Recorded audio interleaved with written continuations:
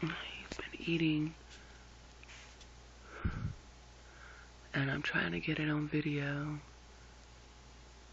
and I haven't been having much luck getting it on video because you can't see him from a distance, and when you get close,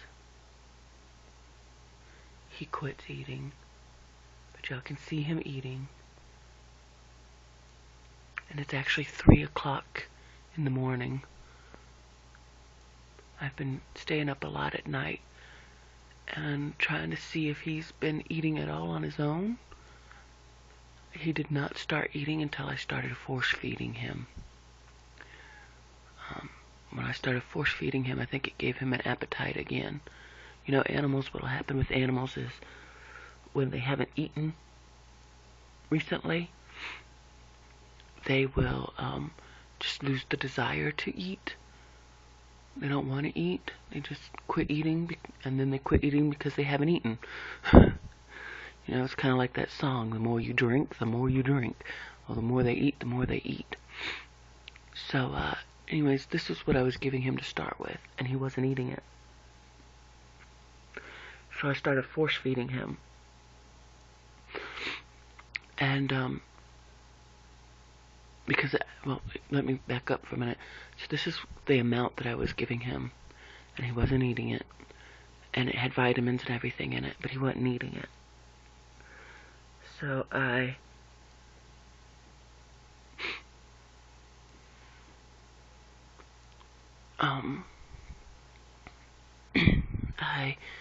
stopped putting vitamins on his stuff. And in the end, he still wouldn't eat it. And, so what I did was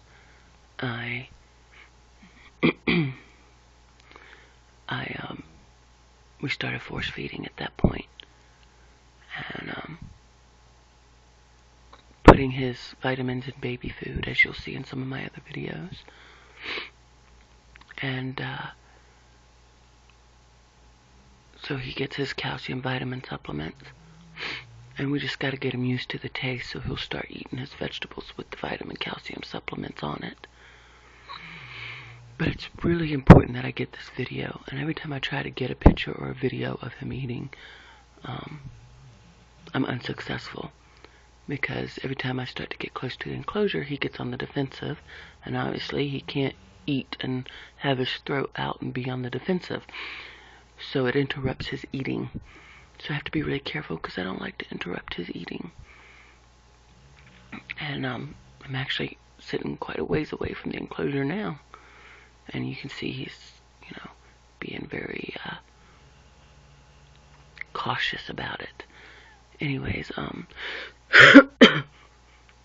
so we're giving him his vitamin calcium supplements through baby food. And I'm putting food down anyways without vitamins. Putting his fresh food in there, hoping that it would encourage him to eat, and it has.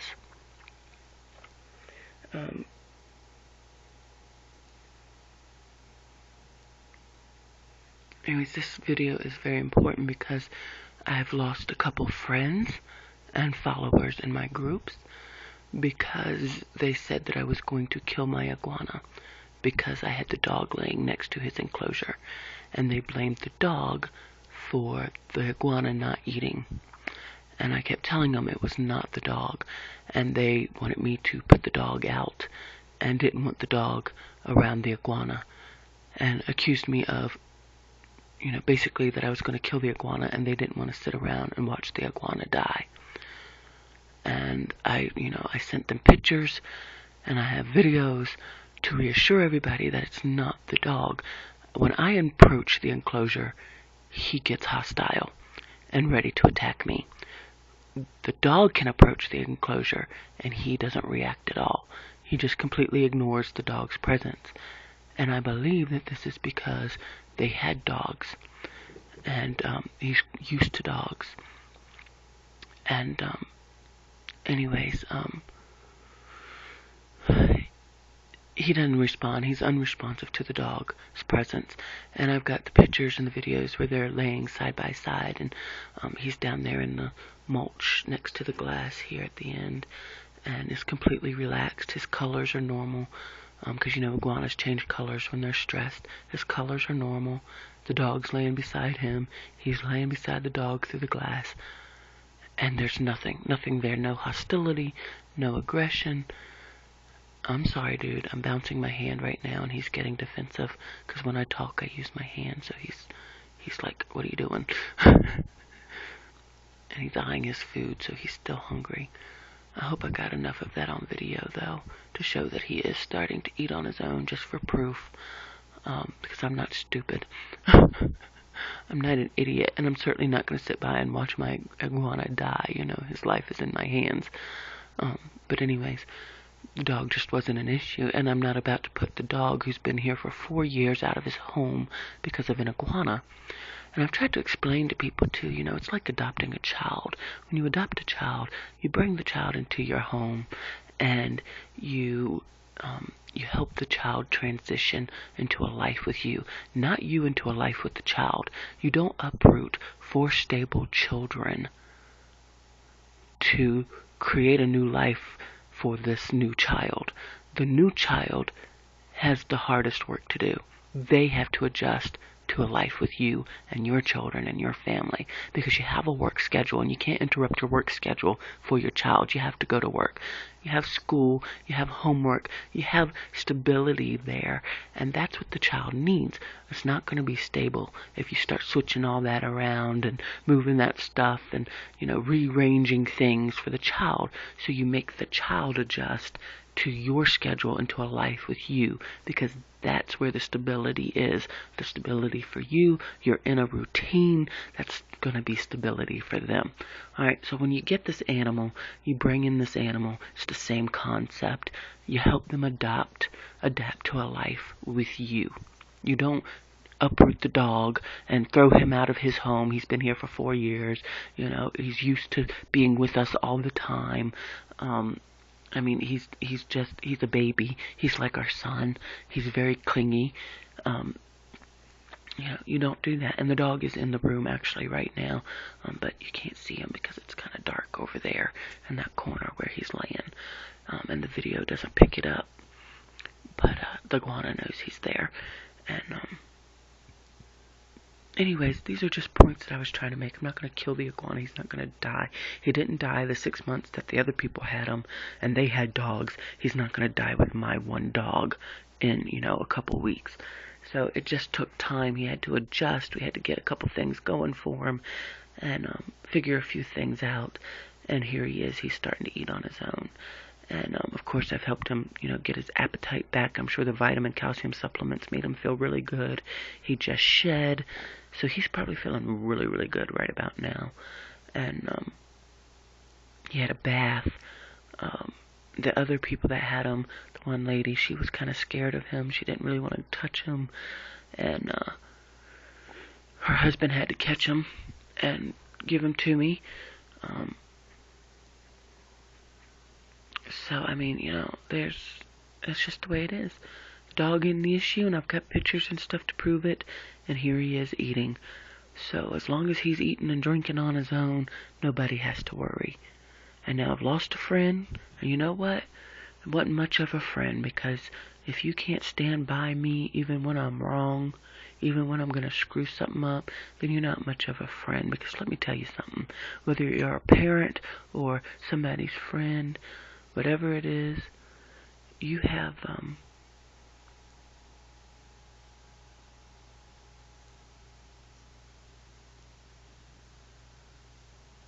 I'm sorry, dude, I know, I'm sorry, I'm trying to get a meeting, I know, I'm sorry, dude, I'm disturbing you. I'm gonna back off now, because I want you to eat. So anyways, I hope y'all got that. I don't want to keep doing that to him and interrupting him. I want him to eat on his own.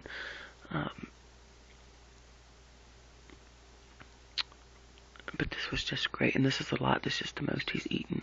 So I don't know if I covered everything or not. I may be rambling and repeating myself, but I think I didn't tell y'all because I was trying to go through the whole process and stuff, and he started eating, and I got distracted. one of the things that I did was, after I started force feeding him, I just started giving him green beans only. And I would put about 10 of those green beans, 10 to 15, I'd count them first, and then I'd come in to see if he was eating at all when I wasn't watching him. But all of them were there until last night. When I came in the morning, this morning, several of them had been eaten overnight.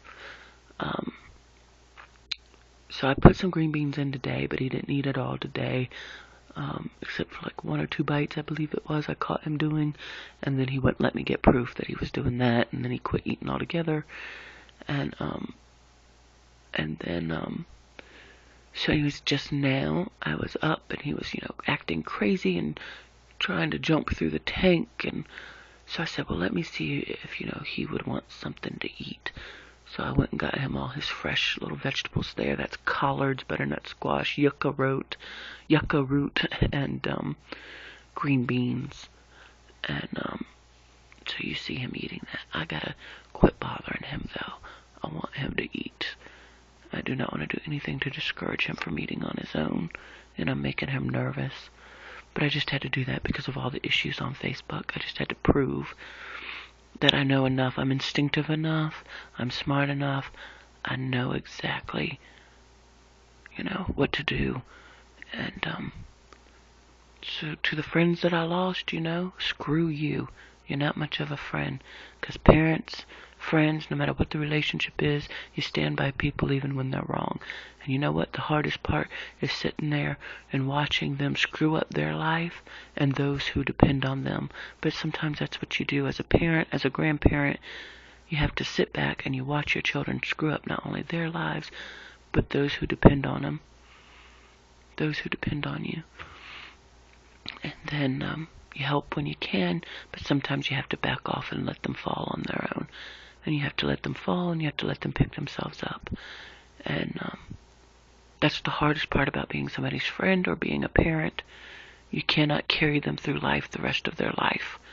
You cannot control people. You cannot demand people to do things. And true friends will stand by you no matter what. Stand by you even when you're wrong. So he's feeling real good right now. And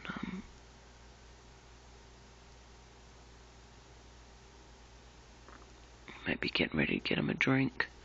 That would be great to get on video too. He's only drank once for me that I know of. Only one time that I've caught him drinking. And he drank some mist off of the walls that I misted. And he drank like 3 licks out of his bowl.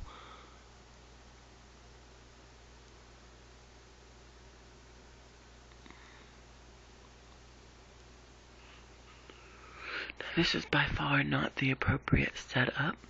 We have a 135 watt heat lamp and a UVB lamp. Now he needs to have his incandescent, I can't think of what it's called, but it's a red bulb, and there's actually an Iguana. They say, a lot of people like Petco and PetSmart say you only need 2 lights, but actually to properly care for an iguana, you should have about 4. And so I want to get, a couple things going for him, but it's just going to be a little bit before we do. My husband's going to build a different enclosure. He came with one, but it's too screened in. Only the front should be screened in for proper airflow. The sides and back should really be solid. And the top we really kind of want solid too, but just enough spot where we can put our lights. My husband had a real nice setup for his, and he's going to try to remember how he done it. But anyways, it'll take a little bit to get that going. And look at him, he's looking so handsome there. Look at that. Look at you looking all handsome. So anyways, yeah, I don't want to keep bothering him. Oh, he's bad. Look at him. He's bad boy. So anyways, I hope I covered everything in this video.